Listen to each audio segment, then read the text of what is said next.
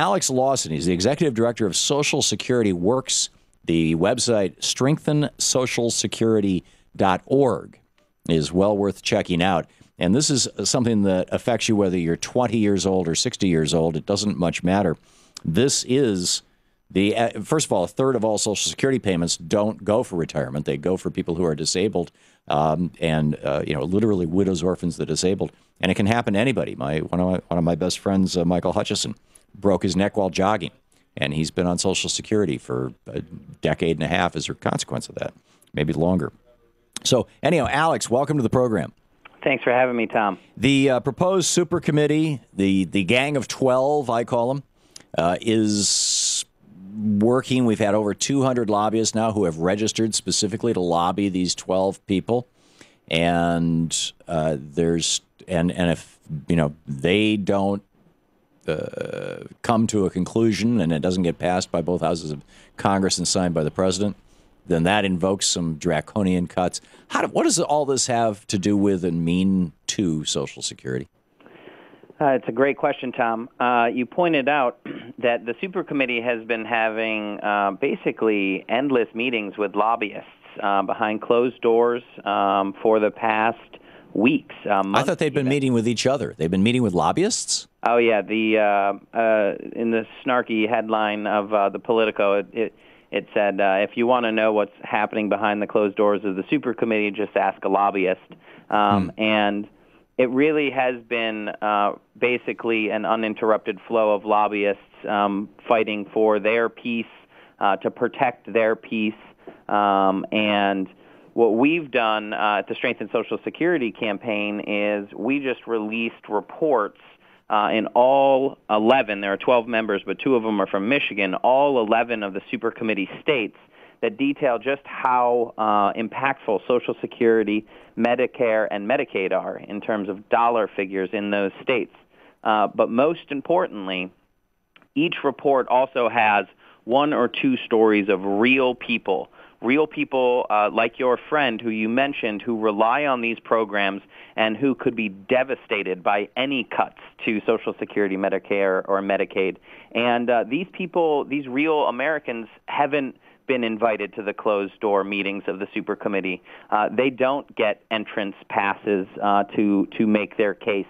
So that's why what we're trying to do is really raise people's voices around the country and make sure that the super committee has to hear from everyday Americans who rely on these amazing programs that represent the best of American values. We're talking with Alex Lawson. StrengthenSocialSecurity.org is the website for Social Security Works. Check it out. Alex, can you give us an example of, just pick a state if there's one that you're familiar with off the top of your head, what the consequence, what the impact of Social Security is on that state? Yeah. Let's just take Massachusetts.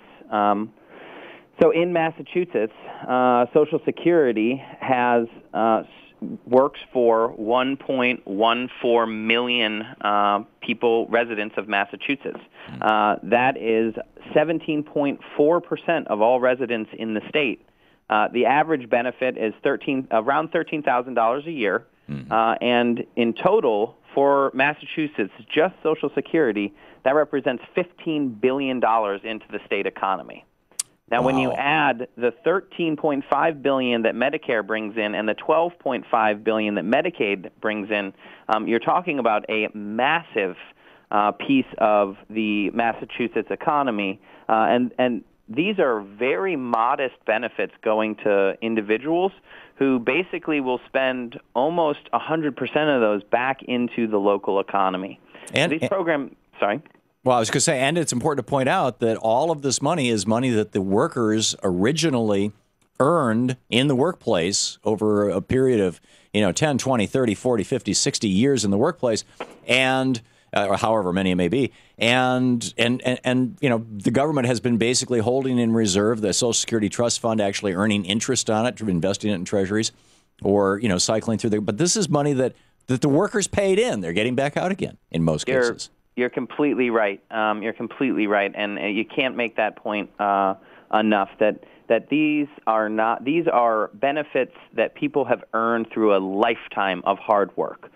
These are, and if you go out and you ask Americans, they understand that in their heart, in their gut. They get that these programs are theirs. That's why poll after poll after poll shows that Democrat, Independent, Republican, self-identified Tea Partiers, they all say hands off Social Security, Medicare, and Medicaid. Okay. It's really clear. So Alex, you've identified the importance of this, and you've identified how intensely the Gang of 12 is being lobbied. What are the possible outcomes in terms of Social Security of the actions of the Gang of 12 on Social Security? What could happen? So there's basically the Gang of 12, the Super Committee, have a very broad mandate to basically do whatever they want. But we also know that they're using ideas and policy prescriptions that have come from the different commissions that have come before them. Like Simpson-Bowles. Exactly, like the Simpson-Bowles or the Bowles-Simpson Commission, the BS Commission, the Rivlin-Domenici Commission, and a few others. They basically, all the proposals to cut Social Security try to accomplish that goal of cutting people's benefits without telling them that they're cutting their benefits. So the one that's in vogue right now is actually called the chained CPI, and right. It is just a cut to people's Social Security benefits, and it would take place by cutting their cost of living adjustment. So it's a slow, gradual cut that gets phased in over the next 20, 30 years. It does. It actually has this one facet that I do like to highlight because it actually hits hardest the oldest of the old because it gets worse over time, right? It actually reduces people. The longer a person lives, the less their benefits increase. So actually it hits hardest the people who are just coming into Social Security.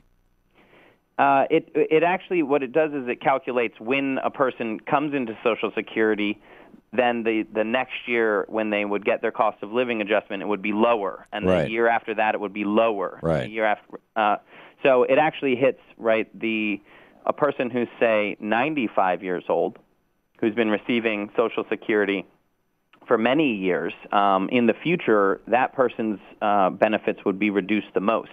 Wow. And to really understand this, it's important for everyone to realize and think through that by that age, Social Security really is oftentimes the only source of income that a person has.